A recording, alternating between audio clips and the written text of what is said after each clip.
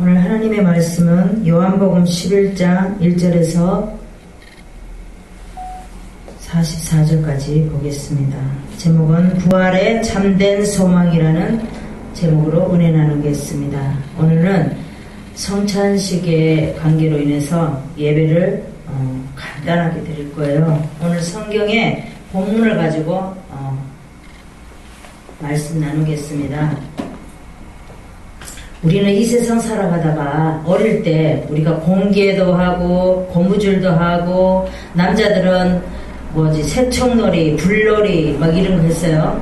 했는데 시간이 되면 엄마가 얘야 밥 먹으러 들어와라, 밥 먹으러 와라 그러면 어떻게 해야 돼요? 우리는 다 하던 거 다 내려놓고 가야 되죠.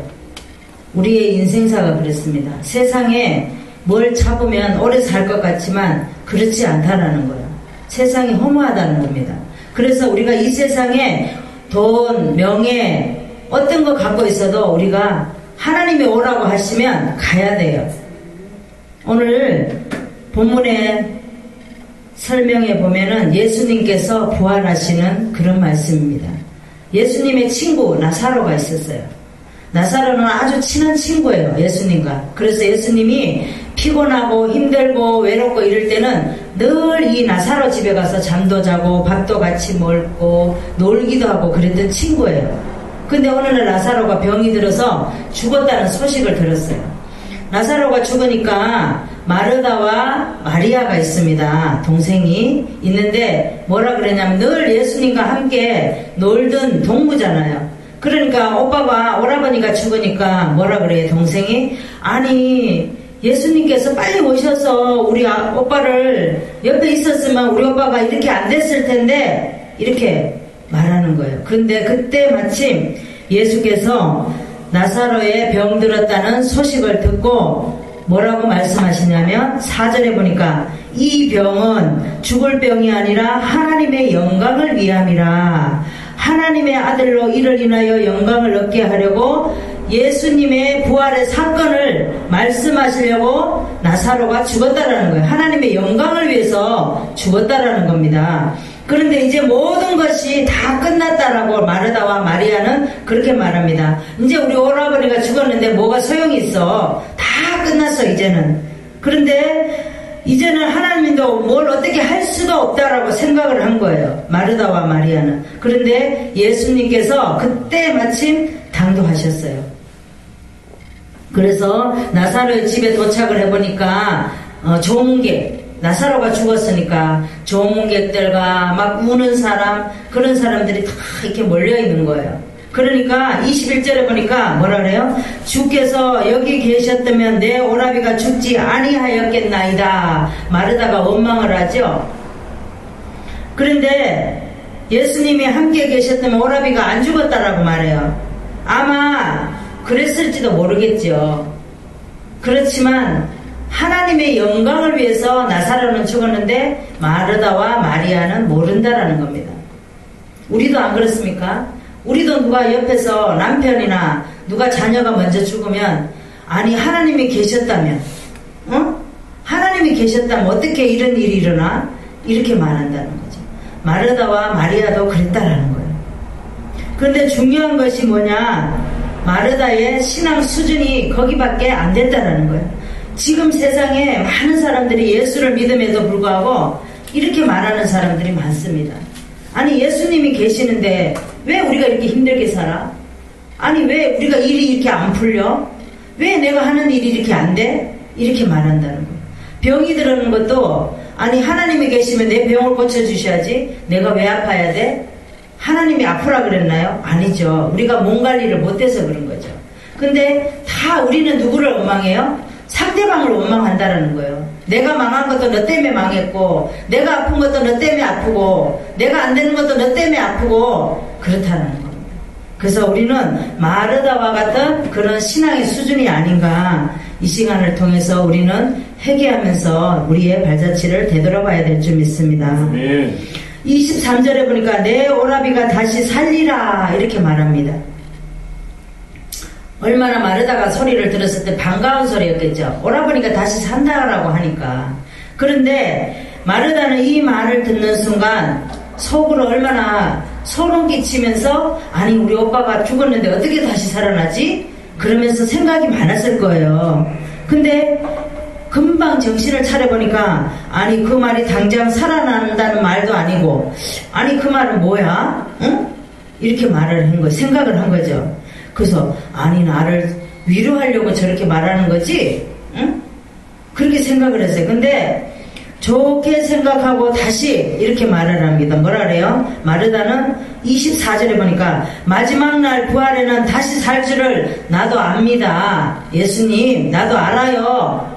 이렇게 말을 해요. 근데 예수님께서는 아주 중요한 또 말씀을 하시죠.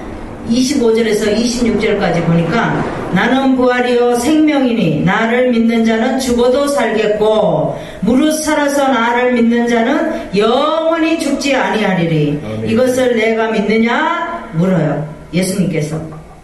근데 놀라운 말씀이죠. 그런데 이 말씀은 오늘 우리에게도 참으로 중요한 말씀이라는 거예요. 나를 믿는 자는 죽어도 살겠고 믿는 자는 죽는다는 거예요. 믿는 자도 죽는다는 거예요. 예수님을 믿으면 절대 죽지 않는다는 게 아니라 예수를 믿어도 죽는다는 거예요. 사람은 다 누구나 다 죽는다는 겁니다. 중요한 것은 죽기는 죽되 죽음이 영원한 죽음이 아니라 부활의 주님을 만난다는 거, 체험을 할 수 있다는 거예요. 그래서 요한복음 5장 29절에 보면 뭐라고 말씀이 되어 있냐면 선한 일을 행하는 자는 생명의 부활로, 그 다음에 악한 일을 행하는 자는 심판의 부활로 죽는다 그랬어요. 두 가지 분류가 있죠. 우리가 선한 일을 행했냐 악한 일을 행했냐 이게 심판이 다 다르다는 겁니다. 예수님은 두 가지 부활을 소개하고 있는데 하나는 생명의 부활이요 하나는 심판의 부활로 말씀하고 있습니다. 계시록 21장 1절에 보면 새하늘과 새 땅의 부활이라고 말씀을 하고 있어요. 그 다음에 21장 8절에 보면 심판의 부활, 불과 유황의 못에 불못에 거기서 심판받는다라고 말씀이 되어 있습니다. 분명히 사망이 있는데 첫 번째 사망은 둘째 사망 두 가지가 있다라는 거예요. 우리에게도 예수님이 믿다가 하나님이 부르셔서 죽게 되면 첫 번째 사망이지만 그 후에 다시 죽게 되는 영원한 죽음, 불과 유황으로 못에 타게 된다는, 그거는 뭔 사망이에요? 에? 영원한 사망이 아니죠. 그래서 그 사망은 심판의 사망이에요. 심판의. 우리는 분명히 누구나 다 죽으면 하나님의 심판대에 서게 된다는 겁니다. 그래서 둘째 사망은 없다는 것을 이해해서는 안 된다는 거. 분명히 첫째 사망이 있고 둘째 사망이 있다는 겁니다. 나는 부활이요 생명이니 나를 믿는 자는 죽어도 살겠고 무릇 살아서 나를 믿는 자는 영원히 죽지 아니하리니 이것을 내가 믿느냐. 우리는 믿습니까? 믿어야 될 줄 믿습니다. 죽어도 살겠고 무슨 말이냐, 단순히 이 썩은 육체 이 몸만 벗게 된다는 것이 아닙니다. 하나님의 나라로 들어가게 된다는 거예요. 그 무시무시한 영원한 불못에 죽음인 둘째 사망을 기다리지 않는다는 겁니다. 그래서 마르다는 예수님께서 이렇게 말씀하신 것을 들었어요. 그러니까 또 뭐라 그래요? 주여 그러하외다. 주는 그리스도시요 세상에 오시는 하나님의 아들이신 줄 내가 믿나이다. 이렇게 말하죠. 이럴 때는 믿음이 있는 것 같아요. 마르다가. 그죠? 근데 이 말은 또 누구가 있죠? 베드로가 있어요. 마태복음에 보면 베드로가 또 이런 고백을 했어요. 마태복음 16장 16절에 보면 주는 그리스도시요 살아계신 하나님의 아들이십니다. 베드로가 고백을 했어요. 그러니까 예수님께서 베드로에게 칭찬을 하죠.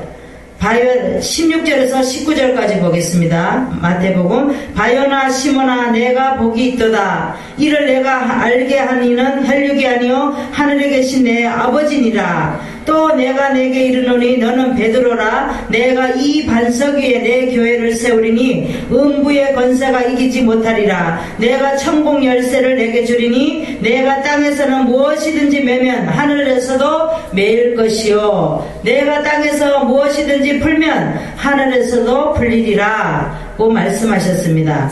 근데 지금 예수님은 베드로와 그의 같은 수준의 고백한 마르다에게 아무 말씀도 안 하셔요. 왜? 믿음을 없는 걸 보았기 때문에. 마르다는 고백하는 마음의 중심이 믿음이 없었습니다. 믿음이 없는데 말은 거창하게 했다라는 거예요. 우리가 많은 사람들이 예수를 믿는데 교회를 다녀요. 그런데 종교인으로 다닌다라는 거예요. 예수님이 내 안에 있어야 되는데 그렇지 못하다는 거죠. 그래서 마르다와 같은 이런 종교인이 많다라는 겁니다. 믿음이 없음을 보고 예수님께서는 우셔요. 마르다가 왜 이제 오셨냐고. 예수님이 옆에 계셨으면 우리 오바라버니가 안 죽었을 텐데 왜 이제 오셨냐고 원망을 합니다. 만일 그의 고백이 정말 자신의 고백이었다면 그 다음에 동생에게 옳은 말을 했을 거예요. 그런데 옳은 말을 하지 않았다는 거예요. 여기 보니까 28절에 보니까 마르다가 마리아에게 뭐라고 말하냐면 선생님이 오셔서 너를 부르신다 이래요.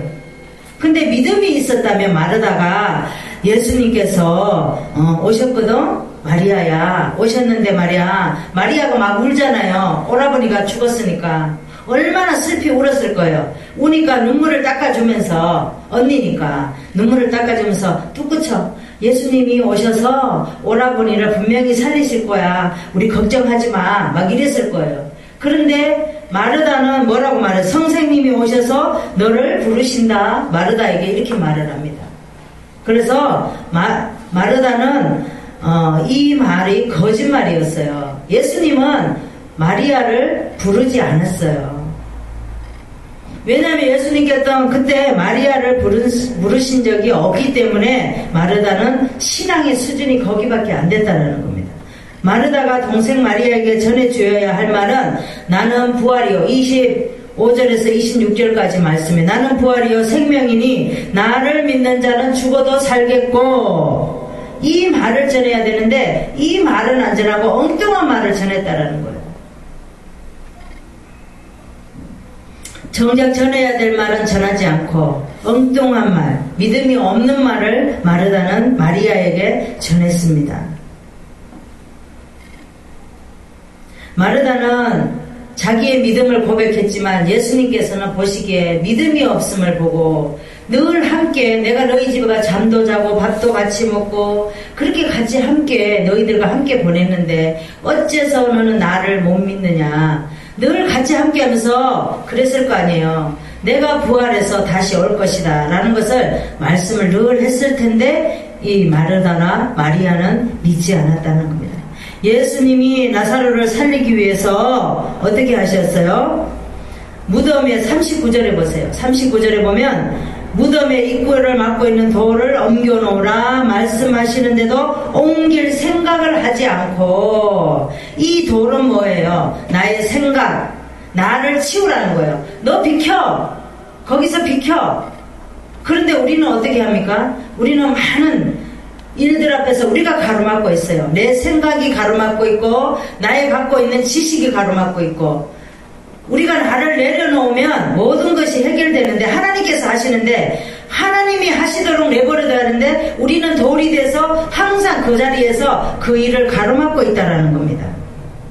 예수님께서 일을 할 수 있도록 우리를 비켜야 되는데 어떻게 해요? 여기는 돌을 옮겨 놓으라 그랬어요.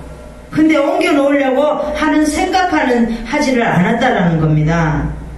말대답만 따박따박 하는 거죠. 말대답만 하는 거예요. 그 믿음은 실제의 신앙이 아니라 불신앙으로 보여진다는 말입니다. 예수님이 마르다가 너무 안타까워서 우십니다. 예수님께서. 아니 어떻게 신앙 수준이 이 정도밖에 안 되냐. 얼마나 안타까우셨을 거예요. 지금도 예수님께서 우리를 보고 계시면서 안타까워하고 계실 겁니다. 사람들은 예수님이 나사로의 무덤 앞에서 눈물을 흘린 것은 친구 나사로의 죽음에 대해서 애정이 있어서 그래서 애절해서 눈물을 흘린 게 아니에요. 예수님께서는 마르다가 믿음이 없는 걸 보고 안타까워서 가슴을 치면서 울으셨다는 겁니다.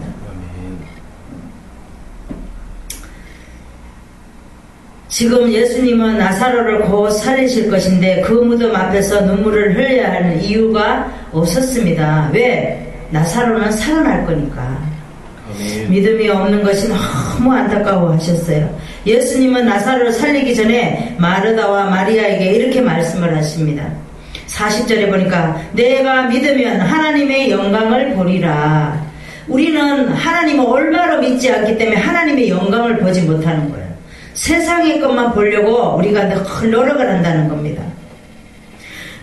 예수님은 믿음을 말씀하시고 이미 믿는다고 고백한 마르다에게 내가 믿으면 다시 말씀하시고 있다는 것을 마르다가 믿어야 됩니다. 또 한 번 말씀하시는 거예요. 41절 42절에 보니까 예수님께서 무덤 앞에서 이렇게 기도를 합니다. 아버지여 내 말을 들으신 것을 감사하나이다. 항상 내 말을 들으시는 줄을 내가 알았나이다. 그러나 이 말씀하옵는 것은 둘러쓴 무리들을 위함이니 곧 아버지께서 나를 보내신 것을 저희로 믿게 하려 하심이니라 그랬습니다. 예수님은 다시 믿음을 말씀하시면서 기도하셨습니다. 그랬더니 43절에 보니까 예수님께서 나사로야 일어나라 그랬습니다. 그랬더니 나사로가 일어나서 무덤에서 나왔다고 오늘 본문에 기록되어 있습니다. 나흘이라는 시간이 걸려서 예수님께서 나사로를 무덤에서 일어나게 하셨어요. 나흘은 사람이 어떻게 할 수 없는 날을 말합니다. 많은 사람들이 3일 만에 살아난 사람들은 많아요. 그런데 나흘이 됐다라는 것은 벌써 몸이 부패가 되고 썩었다라는 거예요. 나흘은 우리 인간의 힘으로 어떻게 할 수 없다라는 거죠. 그런데 예수님은 나를 믿는 자는 부활을 믿는다라고 얘기하셨어요. 아멘. 그래서 예수님께서는 그렇게 말씀을 하시고 오늘 부활의 소식을 말씀드렸습니다. 아멘.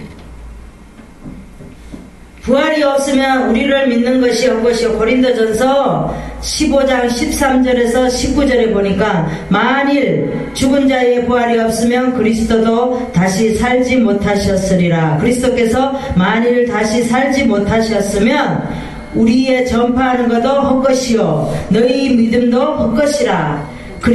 그리스도께서 다시 사신 것이 없으면 너희의 믿음도 헛되고 너희 여전히 죄 가운데 있을 것이요 또한 그리스도 안에서 잠자는 자도 망하였으리라. 먼저 죽은 자도 그러면 망했다라는 거예요.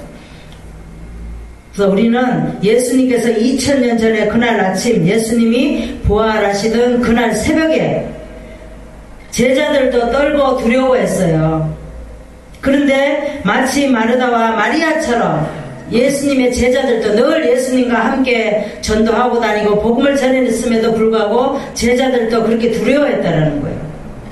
다 우리도 마찬가지로 마르다와 같은 그런 신앙의 수준이 아닌가 오늘 말씀을 통해서 우리가 또 기억해야 될 줄 믿습니다. 네. 부활한 것은 기대하지 못하고 우리가 잊지 않은가. 부활 신앙이 우리는 부활의 종교예요. 그래서 우리가 부활을 믿지 못하면 예수 믿어도 헛것이라는 겁니다. 우리는 분명히 예수님께서 재림하실 때에 우리에게 부활하신 것을 꼭 믿어야 될 줄 믿습니다. 네. 기도하겠습니다. 주님 감사합니다. 오늘도 기억하여 주시고 부활절을 위해서 하나님 주님 앞에 영광 돌리기를 원하며 이 시간도 성령 하나님께서 역사해 주실 줄 믿사옵고 예수